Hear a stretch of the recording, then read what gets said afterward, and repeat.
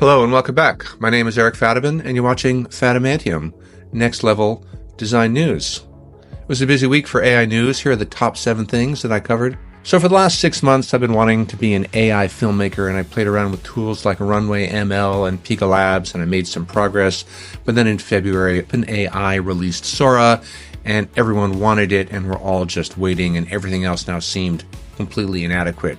We've got a new player in this game this week. There's a tool called Kling out of China, which is really powerful and opens up a lot of possibilities. So this is Kling. This is the state-of-the-art of AI video generation. This is a true Sora rival. I have no idea how they got this panda bear to play guitar, and I have no idea how you could get the sunset in the rear view of your mirror like this. I don't know what prompts they're writing. I don't know how long these take.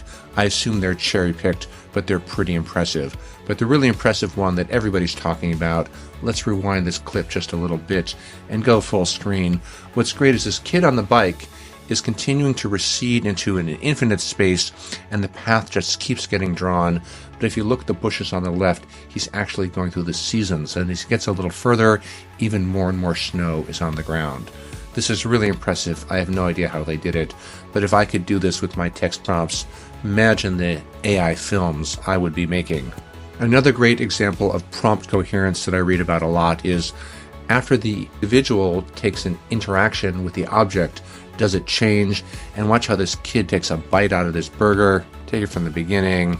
You can see that the burger really changes and he takes a big chunk out of it. Look at those crumbs and the seeds around his mouth.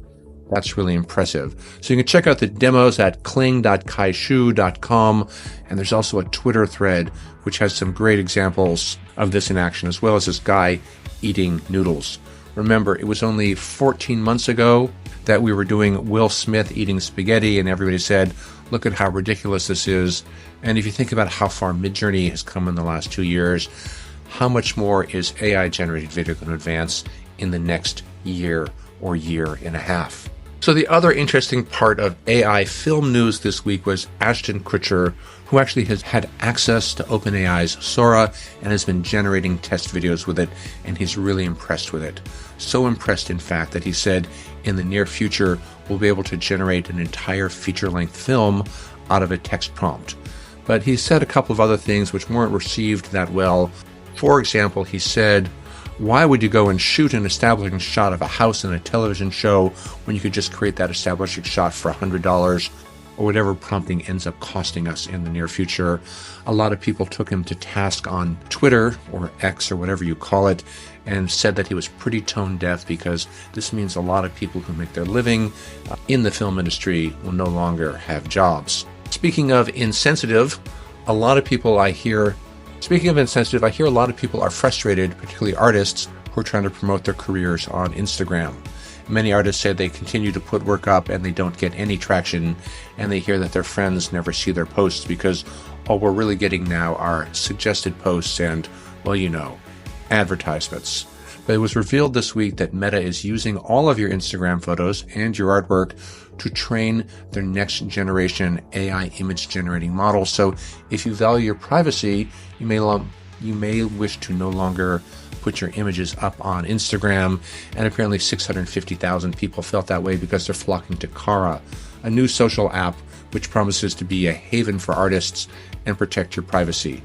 I don't know if you have the patience to go and get onto yet another social platform, but Kara looks really promising, and I think you should check it out. Another big thing I've been telling my students this week is that they should learn 3D because 3D is an AI-proof skill, and it's something that I'm working on my own this summer because I want to become a 3D designer. But perhaps I spoke too soon because I just discovered a new text-to-3D tool called Rodin. It's at a URL called hyperhuman.demos.com, and then you look for the tool called Rodin on there, and it has really good text to 3D generation. Here's a couple of demos. This is really impressive. There we go. You can see it in real time, and you can make a modification. You can make a bunch of changes. You can edit as you go before you have to pay anything. I used 2 out of my free credits, and in under 5 minutes I was able to figure out how the whole system worked. I was able to download a .obj file, and I was able to upload it into Spline and get something reasonably satisfying. I asked for a wedge of Swiss cheese, and then I animated it. This would have taken me an hour to build in Spline, and I'm kind of torn. I really want to learn the craft of 3D because I need the intellectual challenge and the rigor, but I also want to speed up my workflow and just import a bunch of objects that I can generate. It's tempting to do things the easy way, but I'm going to force myself to do things the hard way. And that's something that I talked about in one of my essays in my newsletter this week. Will AI tools make us dumber? I have a confession to make. I have a complete dependence on turn-by-turn directions with Google Maps. Even though I know my way around town and I have a great sense of directions, if I lose my Google Maps instructions, I literally fall apart behind the wheel and I get grumpy and cranky and irritable. Sometimes I become completely reliant on those to get me through a difficult situation. So I have a similar thought about AI tools. If we're using AI tools to make shortcuts or just move our work to the done pile, will we ever learn our craft? And I tell this to my students as well. This article, 10 AI Figma plugins that every UI UX designer should learn in 2024. And I say actually don't learn these plugins because they promise to generate personas for you, generate task flows for you, do your UX copywriting for you. They promise to do just about everything and that means if you allow the AI tools to do everything, you're never going to learn your craft. A better way to approach this, I think, is to check out this article 12 Questions to Consider When Using AI, The Path to AI Power Users by Alexei Evdokimov. And he says, be really thoughtful and intentional about how you learn, acquire, and implement tools into your workflow. I really recommend it. Go check it out. And if you'd like to understand how real-life, high-profile graphic design firms are using AI tools in their workflow right now, check out this article on Creative Block, The Future of AI in Graphic Design.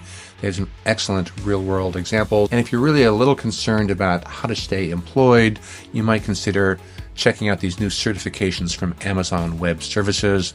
To be clear, I have no interest in taking an online class, nor do I want to work at Amazon, but I also sometimes worry about being made redundant, as the Brits say, and these certifications are this one, for example, is a foundational level certification.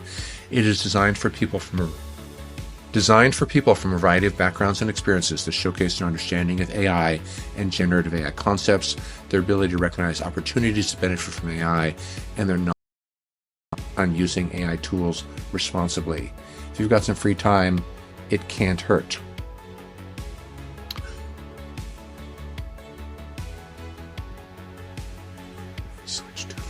So that's it for me for this week. Thank you so much for watching until the end of the video. I have links to all of these articles down below in the description, as well as a link to my newsletter, which you can sign up for if you'd like this sort of information delivered to your inbox twice a week. And while you're at it, why don't you subscribe to this channel? Like, comment, do all the things. It really helps the channel out, and it would mean a lot to me. I'll see you in the next one.